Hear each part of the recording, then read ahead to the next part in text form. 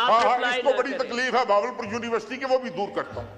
اس کو بڑی تکلیف ہے بھاولپور یونیورسٹی کے، وہ بھی دور کرتا ہوں، ابھی دور کرتا ہوں، ابھی تمہاری تکلیف ابھی دور کرتا ہوں، تمہاری تکلیف نہیں پلیز آپ اس طرح ڈسٹرب کریں گے میں ان کو ٹائم دیتی رہوں گی۔ آپ اگر ڈسٹرب کریں گے میں انہیں ٹائم دیتی رہوں گی۔ آپ کراس ٹاک نہ کریں، سینئر پارلیمنٹیرین ہے، کراس ٹاک نہیں کریں۔ آپ کو ہم ہمیشہ ڈپٹی اسپیکر صاحبہ کے نام سے ہی بلاتے تھے جب آپ سندھ میں ڈپٹی اسپیکر صاحبہ تھیں، اور پلیز ٹو سی ہماری خواتین کو ان سیٹس پہ بیٹھ کے اللہم صلی وسلم مبارک علی سیدنا محمد وعلی آل محمد۔ چونکہ میرے بھائی کا نمبر ہے تو میں 1 منٹ کے اندر ہی بات کرتا ہوں۔ چیمہ صاحب سے ہمیشہ احترام کا تعلق رہا اور میں ان کی اسٹینڈنگ کمیٹی کا ممبر رہا 13 سے 18 کے بیچ سائنس اینڈ ٹیکنالوجی میں۔ گفتگو انہوں نے کی، میں تو ابھی بیچ میں آیا ہوں، 2 دفعہ میرا نام لیا ہے، انہوں نے کہا کہ سچ بولیں گے تو سچ بولنا چاہیے۔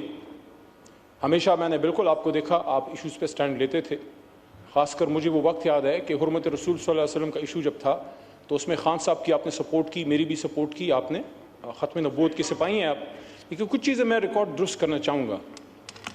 دیکھیں میں آپ کو چیمہ صاحب دوش نہیں دیتا، آپ کی پارٹی کی پالیسی ہوگی، آپ کی بھی ایک پارٹی ہے، آپ کے سینئر ہیں شجاعت صاحب، لیکن میں یہ سمجھتا ہوں کہ جس چیز پہ میں ہمیشہ شجاعت صاحب کی اور پرویز الہی صاحب کی فیملی کی بہت زیادہ قدر کرتا تھا، کئی دفعہ ان کے گھر آنا ہوا، ان سے ملاقات ہوئی، کہ جب یہ ہاتھ دیتے ہیں تگڑا ہاتھ دیتے ہیں دوستی میں۔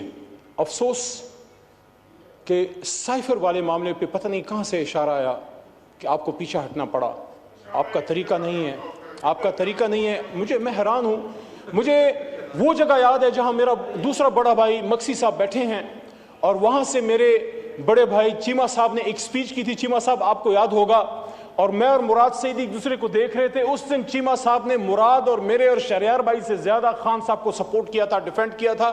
وہ سپیچ آج بھی ریکارڈ کا حصہ ہوگی۔ میری خواہش ہوگی کہ اس سکرین پہ وہ سپیچ جو چیمہ صاحب نے خان صاحب کی سپورٹ میں کی تھی اور اس سکرین پہ وہ سپیچ جو آج خان صاحب کے خلاف کی ہے، دونوں چلائیں اور پھر فیصلہ آپ کریں کہ سچ کون بول رہا ہے۔ Thank you. اور آخری بات، چونکہ وقت بہت کم ہے، تو چیمہ صاحب نے کہا، پھر صد احترام کیونکہ ذاتی تعلق تو ہے لیکن پارٹی پالیسی سے مجبور تھے، پتہ نہیں کدھر سے اشارہ آ جاتا ہے، یہ اشارہ نہیں تو پاکستان کے بیڑا غرق کیا ہے۔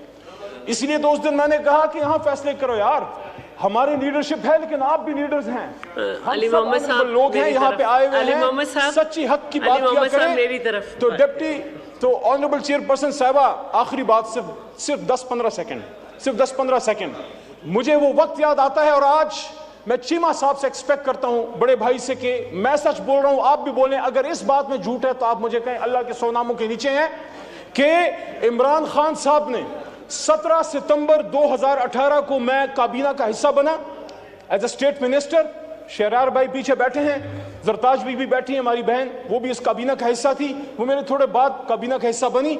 آنریبل چیئر پرسن صاحبہ، عمران خان صاحب کی یہ آخری بات بتا کے پھر میں بیٹھتا ہوں۔ میٹنگ ختم ہوئی، ایجنڈا کلیئر ہوا، خان صاحب نے اعظم خان صاحب سے پوچھا جو PS2 پرائم منسٹر تھے SPM، کہ اعظم صاحب کیا ایجنڈا کلیئر ہو گیا ہے؟ انہوں نے کہا جی سارا کچھ کلیئر ہو گیا ہے۔ پھر انہوں نے کہا کہ تمام سرکاری لوگ ایوان سے ہاؤس سے چلے جائیں، میں نے اپنے وزیروں سے کچھ بات کرنی ہے۔ اور جب وہ چلے گئے، دروازے بند ہوئے، صرف ہم رہ گئے اور خان صاحب رہ گئے۔ اور مجھے وہ بات خان صاحب کی ایسی یاد ہے جیسے میں آپ کو دیکھ رہا ہوں، ابھی میں بات کر رہا ہوں، کہ خان صاحب نے یہ کہا کہ میں سیاست کرنے نہیں آیا، میں اس ملک کو ٹھیک کرنے آیا ہوں، میں اپنی حکومت قربان کر دوں گا لیکن تم لوگوں میں کسی کرپٹ آدمی کو نہیں چھوڑوں گا۔ یہ عمران خان نے اپنی کابینہ کو کہا، اور جس شخص پھر کو الزام لگا اس کو ہٹایا، اور سب سے نزدیک ترین شخص جو ان کے کبھی بھی قریب، اس سے زیادہ قریب کوئی نہیں تھا، جہانگیر خان ترین کو انہوں نے پھر انہی ایشوز کی وجہ سے چینی کمیشن رپورٹ کی وجہ سے ہٹایا۔ آپ صرف اتنا بتا دیجئے، چیمہ صاحب سچ بولے گا، کیا خان صاحب نے یہ بات کی تھی کہ نہیں کی تھی؟ بہت شکریہ۔ تشریف رکھیں۔ ٹھیک ہے، ان کا مائک آن کر دیں، لیکن اس کے بعد میں نہیں کسی کو اجازت دوں گی۔ بالکل صحیح بات کیا انہوں نے، علی محمد خان نے۔ میں لائٹر نوٹ پہ ان دوستوں سے بات کر رہا ہوں، اور کنکلوژن کی طرف بھی ذرا چلے۔ پرویز خٹک صاحب میرے پاس تشریف لائے، کہنے لگے کہ یار وہ کہہ رہے ہیں کاف لیگ والوں کو انوائٹ کر لو تو ان کا بس کھانا پوری کر لو، لے کے ان کو جنرل فیض آ جائے گا رات کو کھانے پہ۔ میں نے کہا یار جنرل فیض سے کو آج ہم کو لے ہی جائے کھانے پہ تو ہم چلے جائیں گے کھانے پہ، اگر وہ ہمیں لے گیا۔ ہر جگہ پہ یہ عمران خان صاحب از آن ریکارڈ سیئنگ دس کہ جی کورم جو ہے وہ کون پورا کیا کرتا تھا اس ہاؤس کا کورم سپیکر کے کمرے میں کون آ کر بیٹھتا ہوتا تھا اجلاس کے دنوں میں؟ not a senior ranking officer. They all know it. اگر یہ مزید تفصیلات چاہتے ہیں تو مزید تفصیلات بھی میں ان کو دینے کو تیار ہوں. بات یہ ہے کہ اس ملک میں ہم بڑا کرٹیسائز کرتے ہیں, شہیدوں میں انگلی کٹوا کر شہیدوں میں نام لکھوانے کی کوشش کرتے ہیں کہ آج جی ہم نے سبق سیکھ لیا ہے, 10% غلطی ہماری ہے. میں نے کا الیکشن لڑ رہا تھا 2018 میں, میں حلفاً بتا رہا ہوں جناب اسپیکر آپ کو کہ میرے ایم پی ایس کو اٹھا کر پی ٹی آئی کی جیپوں میں پھینکا گیا تھا. کس نے پھینکا تھا؟ میں ان آفیسرز کے نام لے سکتا ہوں. میں I can name those officers. یہ آج کہہ رہے ہیں کہ ہماری 10% غلطی تھی, ان کی 100% غلطی تھی. یہ 100% ان بیساکھیوں پر اقتدار میں آئے تھے, اور یہ وجہ تھی کہ 3.5 سال ڈیلیور کرنے کی بجائے ایک ہیلتھ کارڈ کے علاوہ جس میں اتنا بڑا غبن ہوا کہ آج اس کی انکوائریز ہو رہی ہیں, اس کے علاوہ مجھے یہ ایک کام بتا دیں جو انہوں نے اس ملک کے عوام کی بہتری کے لیے کیا ہو, ہم ان کو شاباش دیں گے. جی بس کنکلوڈ کر لیں, لاسٹ منٹ ہے آپ کا, لاسٹ منٹ ہے جی. اسی لیے چھوڑ گئے تھے نا آپ کو بھائی, اسی لیے چھوڑ گئے تھے, اس طرح نہیں کریں. اور جناب اسپیکر آپ پلیز تشریف رکھیں. آپ مجھ سے مسلسل ٹائم مانگ رہے ہیں کہ آپ کو ڈرون حملے پہ کرنا ہے, لیکن آپ خود ڈرون حملے کر رہے ہیں اسمبلی میں. تشریف رکھیں جناب اسپیکر. ایک اور میں اپنے اس فاضل دوست کی خدمت میں, بس آپ یہ لاسٹ ہے آپ کا, جی آپ کا ٹائم یہ خود بڑھا رہے ہیں. جی اس فاضل دوست کی خدمت میں عرض کر دوں کہ I was the only minister who resigned, اور میں نے ریزائن کر کے ان کو چھوڑا تھا. اور میں یہ بتانا چاہتا ہوں, یہ علی محمد خان میرا بھائی آ گیا ہے, مجھے وشواس ہے اس پر کہ یہ جھوٹ نہیں بولتا. میں کہتا ہوں کہ یہ جھوٹ نہیں بولتا. اس سے پوچھو کہ ہر کیبنٹ میٹنگ میں میں نے آواز اٹھائی ہے کہ نہیں اٹھائی.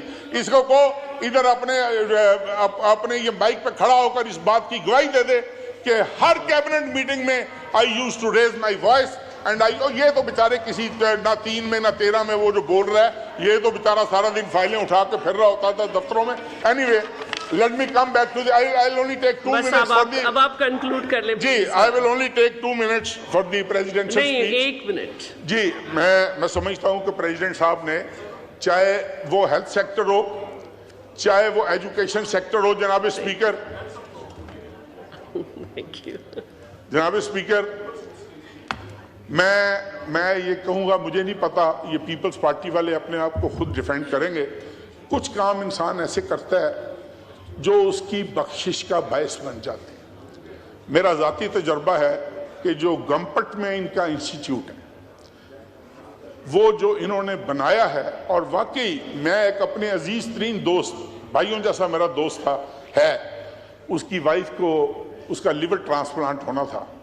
ہم وہاں پر گئے. جناب اسپیکر, یقین کریں 1 روپے کی میڈیسن نہیں خریدنی پڑی, اس کا ٹرانسپلانٹ ہوا, اور وہ آج بھی ہنسی خوشی زندہ ہے. کوئی اس طرح کی مثال؟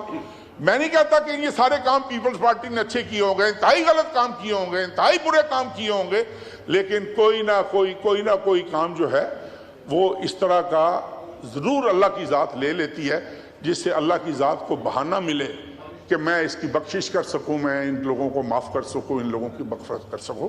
تو میں سمجھتا ہوں کہ ہیلتھ سیکٹر ہو, ایجوکیشن سیکٹر ہو, ان دونوں سیکٹرز میں کوشش کرنی چاہیے. پریزیڈنٹ صاحب کی بڑی اچھی تجویز ہے کہ اس ملک میں